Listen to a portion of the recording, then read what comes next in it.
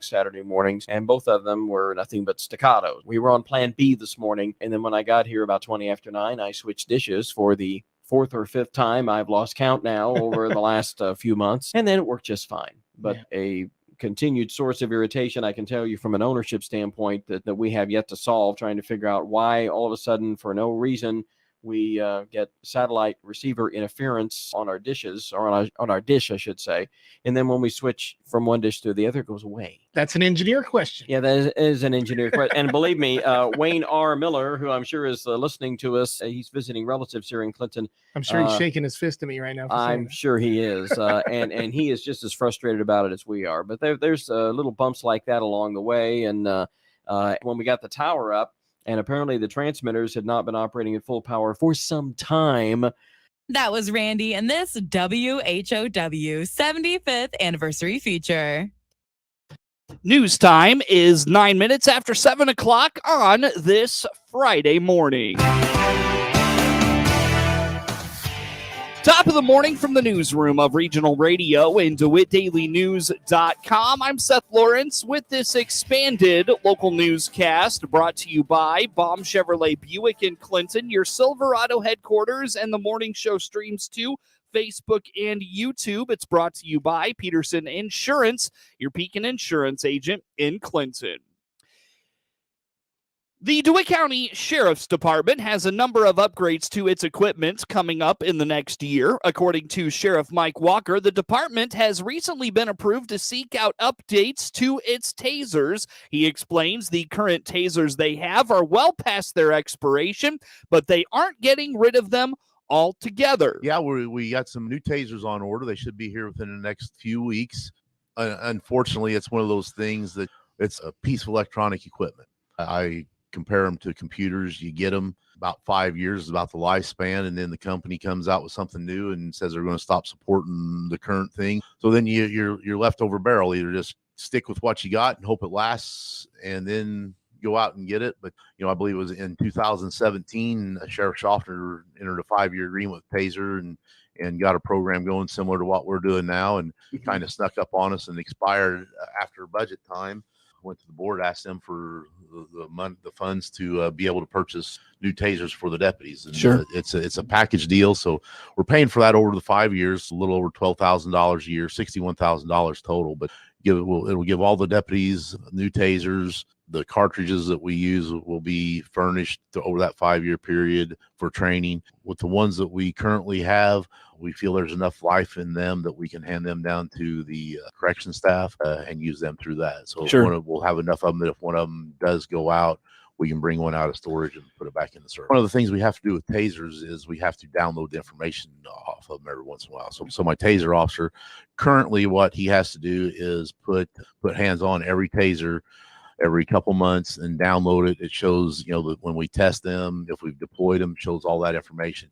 So what's going to happen now is the batteries in the tasers were only good for a certain amount of time. This new generation of tasers that we just purchased are going to have rechargeable batteries. Mm-hmm. So when we put that taser battery in the charger, it will download all the information to the taser application. We'll have everything right. Nice. So that's where it comes in. It's all electronic, driven. Mm-hmm. There's when you compare it to a handgun works on, you have the cartridge inside the pistol or firearm. Firing pin hits the primer, causes basically an explosion within the casing, and the bullet is actually sent down the barrel. This is something that, like I said, it expired after budget talks kind of caught up with us. One of those things that it's a 5-year deal, so we keep paying it, and then we kind of forgot about it at the budget time. So basically, I went to the board and explained to them the situation, and they approved it, and they're going to pay the first installment, I believe, out of contingency funds, which was a little over between 12 and 13,000, and then the remaining 4 years we will budget for during budget policy. The sheriff's office currently has 2 trucks on order that they will await the arrival of later this year. The sheriff indicates the biggest issue they're dealing with is the cost increase of the vehicles. With us right now, we got 2 Dodge Ram trucks on order. They're coming from a dealer up in Gary, Indiana. Unfortunately, Douglas Dodge hasn't been able to get the particular model that we want, and the one that they can get, the prices went up significantly, and that's the biggest thing I've seen in vehicles is the prices went up drastically. I know we added about $20,000 to our vehicle budget this year simply because of the price. I know the Fords went up. The Ford Explorers went up about $6,000 per car from last year to this year. The Dodge Ram trucks went up a little bit, but not quite as much. And you know, with some of the places we have to go and things as in the county, the Dodge Rams have been great for us. I mean, they're not a really fast vehicle, but you know, we don't need to be going really fast. It's dangerous to our deputies and it's dangerous to the public. Sometimes we have to go out in the middle of the field to get somebody, or you know, in the snow and things like that. They've been really great, and the gas mileage is comparable to a regular vehicle. And one of the things that I've really noticed over the last several years, since we've had the trucks, and more so the trucks than the SUVs, but our guys haven't been complaining of back problems as much as having to get down in those old Impalas and Caprices where you have to really sit down in and getting in and out. A lot easier on the guys physically as well. As Sheriff Walker cycles out vehicles, they take an inventory of the department's fleet and assess what vehicles need replaced the most and who might be in line for a new vehicle. It all depends on the mileage on the vehicles. If we get a vehicle that's getting up in mileage, whether it's a SUV or a truck, we get rid of it. You know, we have a take-home car program, so anybody that lives in the county has a take-home car, which is beneficial to where if we have a situation we have to call people in, they can put on their equipment, get in their vehicle, and respond directly to the scene. It just depends on the vehicle. Now, one thing I can say about these trucks is the resale value has been really good. We used to get, if we were lucky, $1,500 to $1,800 on cars. The first truck that we sold at auction had was the very first one we had 225,000 miles on it, and we got about between 4,500 and 5,000. So we're getting a better return on that, and then that money goes back into our police vehicle fund to help purchase new vehicles. The equipment on the inside of the vehicles gets reused as much as possible. Sheriff Walker explains they try to keep as much equipment as they can from having to buy new. He says it is his goal to be as judicious as possible with taxpayer dollars. Being outside has many health benefits, and when the sun is out, it's even better. Dr. Jim Lavelle is the author of Cracking the Metabolic Code and is the clinical director of the Pro Football Hall of Fame Performance Health Program. He indicates the sun provides our bodies with the vitamin D we need, but that shouldn't be the only source of vitamin D we rely on. Well, I mean, I have tested thousands and thousands of people on vitamin D. Both for myself and on our cloud-based informatics program, you know, where doctors are using our program. And I can have people that are tan and their vitamin D levels are low. So what you really need to do, and most docs will not question doing a vitamin D anymore. Most docs are kind of hip to the fact that, you know, vitamin D is kind of important, and it's good for your immune system. It's good for your signaling for your hormones. Vitamin D is actually a pro-hormone, and it helps your glucose regulation. You know, it helps with your lining of your gut to keep it healthy. So you really should check your vitamin D level. You know, go to your doc and say, "Hey, doc, I know I got my yearly, you know, blood test," which I hope people are doing, and I need to check my vitamin D. And, you know, I've got my, you know, just a plug. I wrote a book called Your Blood Never Lies. And it actually goes through and explains every lab test and what you can do about it in terms of lifestyle, exercise, nutrients to help keep your blood scores in line. So I really encourage people, don't be afraid of a blood test. The earlier you catch something, even when it's trending, the better. And so vitamin D, you don't want to have a vitamin D down at the bottom of the barrel. You want to be mid-range, you know, so you want to shoot for a value of about 50 or 55. The range is 30 to 100. You don't need to go gonzo on it and take, you know, I'm going to take tons of vitamin D, right? But you do need to take some if you're low or low normal. Vitamin A and magnesium are great supplements to add to any routine you may have or are looking to start. Dr. Lavelle explains vitamin A will help with better absorption of that vitamin D, while magnesium will help prevent metabolic syndrome. Yeah, so, I mean, what I love if vitamin D, you're taking vitamin D and it doesn't absorb. You know, you don't see your numbers going up that much. The first thing you want to think about is adding a little bit of vitamin A or taking a little bit of cod liver oil in a capsule. You don't have to do the old cod liver teaspoon and, taste like fish for a day. But you do want to think about a little bit of vitamin A if you're not, absorbing vitamin D that well, because you need vitamin A in order to, absorb vitamin D. So that's one thing. So before we get off the vitamin D trip. The other one is I'm telling you, most people are low in magnesium, and low magnesium is the number one reason for developing metabolic syndrome, which is prediabetes and pre-hypertension and gaining weight. When you're pre-diabetic, you start gaining weight. So magnesium to me is really important. So if your back's always tight and you're having trouble sleeping and you're having muscle cramps or muscle spasms or restless legs, or just getting tired in the gym, your muscles are getting tired too quick, magnesium is super important. According to Dr. Lavelle, vitamin D can be a great source to boost energy, but if you're looking for more, adaptogens can help. I really like the adaptogens, which are basically they're botanicals that help your body cope with stress and basically keep your metabolism resilient. So you got what's called metabolic flexibility. So the big adaptogens, everybody's heard of ginseng. Probably the one I like is one called rhodiola. Mm-hmm. And rhodiola is available at every health food store. I mean, it's everywhere. It's really good because it keeps your heart rate down under exercise and it improves your cognition. So you actually get better memory from it too. And a lot of people complain of that. And so, and then the third thing would be, if you're somebody that's eating too many carbs, too much sugar, probably want to take a little bit of chromium. Chromium actually helps people to lose weight. Now, what the mistake people make is if they stop losing weight on it, they stop taking the chromium. And what it means really is that the chromium that you're taking helps you lose that amount of weight, right? Mm-hmm. So you got to keep on top of that, especially if you're not willing to change your diet, which that's the biggest thing people can do. Is start to look at their diet and, try to fill that plate with a lot of vegetables, modest amounts of fruits like berries. Aged garlic extract provides a multitude of health benefits, and Dr. Lavelle calls it one of his favorite supplements. Look, I love aged garlic extract. Probably one of my favorite supplements because there's over 900 publications on aged garlic extract, and it helps everything from helping your insulin receptors to work better, which means you're going to burn fat better. It helps with reducing vulnerable plaque within your arteries, and it helps to maintain healthy blood pressure. So I love aged garlic extract. The brand on that is Kyolic, Kyolic.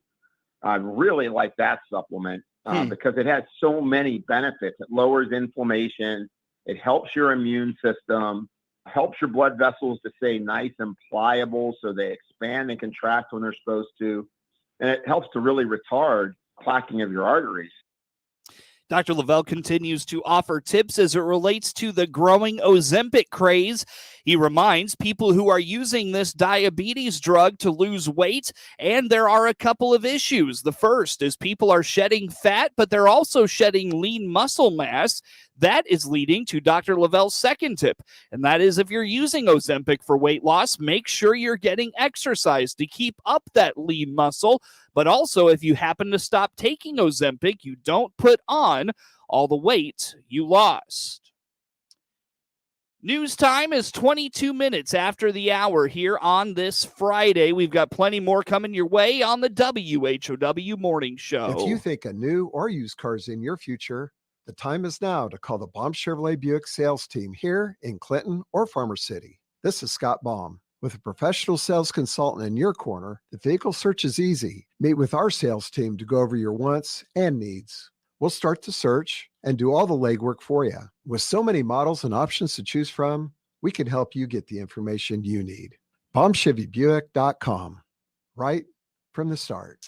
News time is 23 minutes after the hour here on this Friday. We stream to Facebook and YouTube, brought to you by Peterson Insurance, your Pekin insurance agent in Clinton.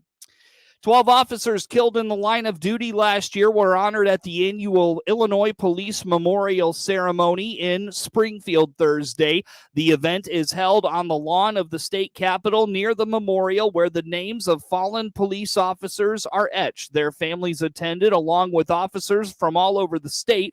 Governor J.B. Pritzker spoke to the crowd. To the family and friends of our fallen officers, the state of Illinois grieves with you. To the first responders mourning their lost brothers, we stand with you in remembering and honoring the fallen. These brave men will not be forgotten.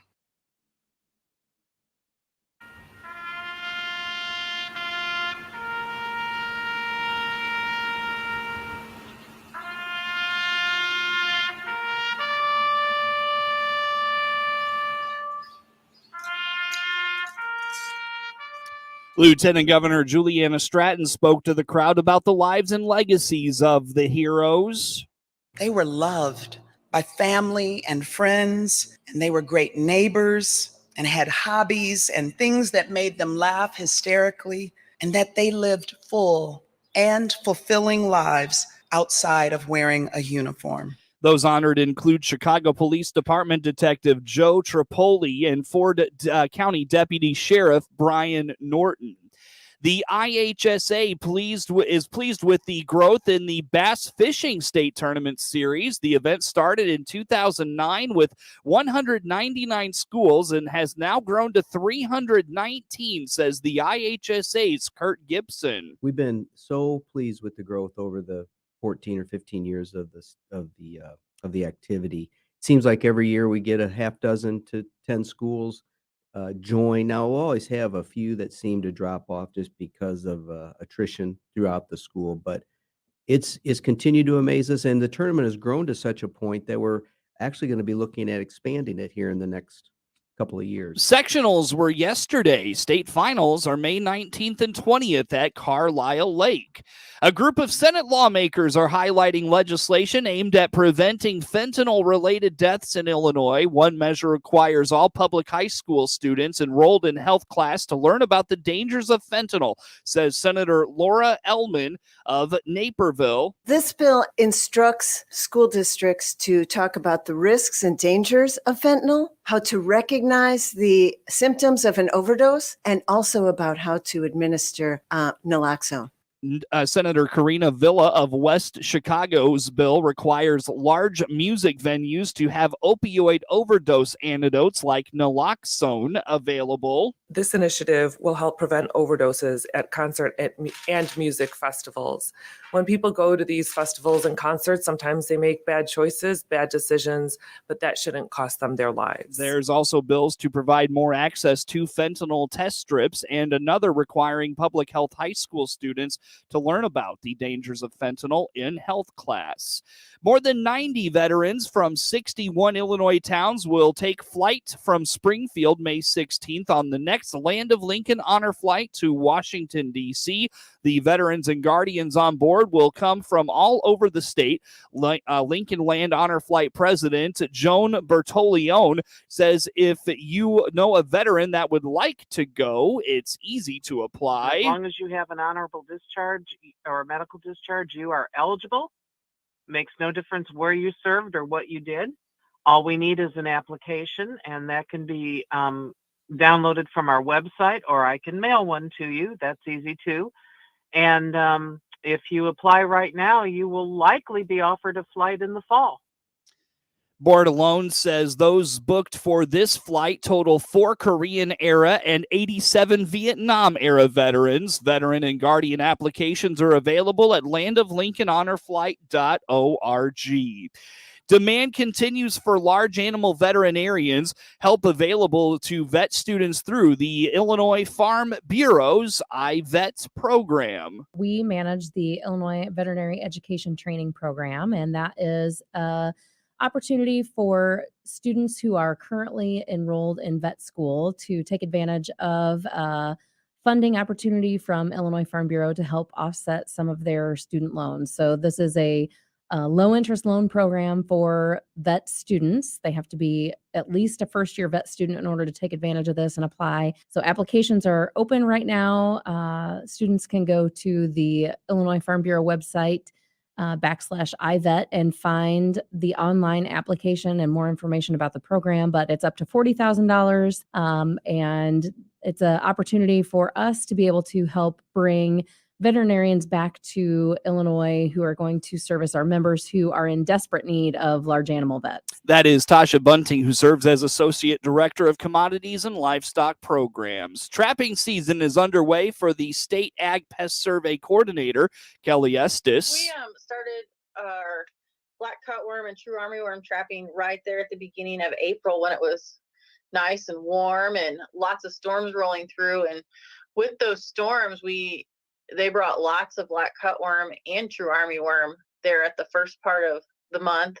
And then as we moved into the end of April, things kind of calmed down in some ways. We are still picking up black cutworm in several of our traps across the state, though not in as big in numbers as what we really were. But, things are rolling along with planting season, and we're going to continue trapping through the month of May to give growers the best shot and information of, when this pest might pop up in their area. Based on significant moth flight, pest alerts have been issued for LaSalle, DeWitt, Tazewell, Peoria, and Woodford counties with projected cutting dates in late May. News brought to you by Baum Chevrolet Buick in Clinton, your Silverado headquarters, and the morning show streams to Facebook and YouTube. News. I'm Rich Thomason. 2 deadly mass shootings in as many days. That's what Serbia is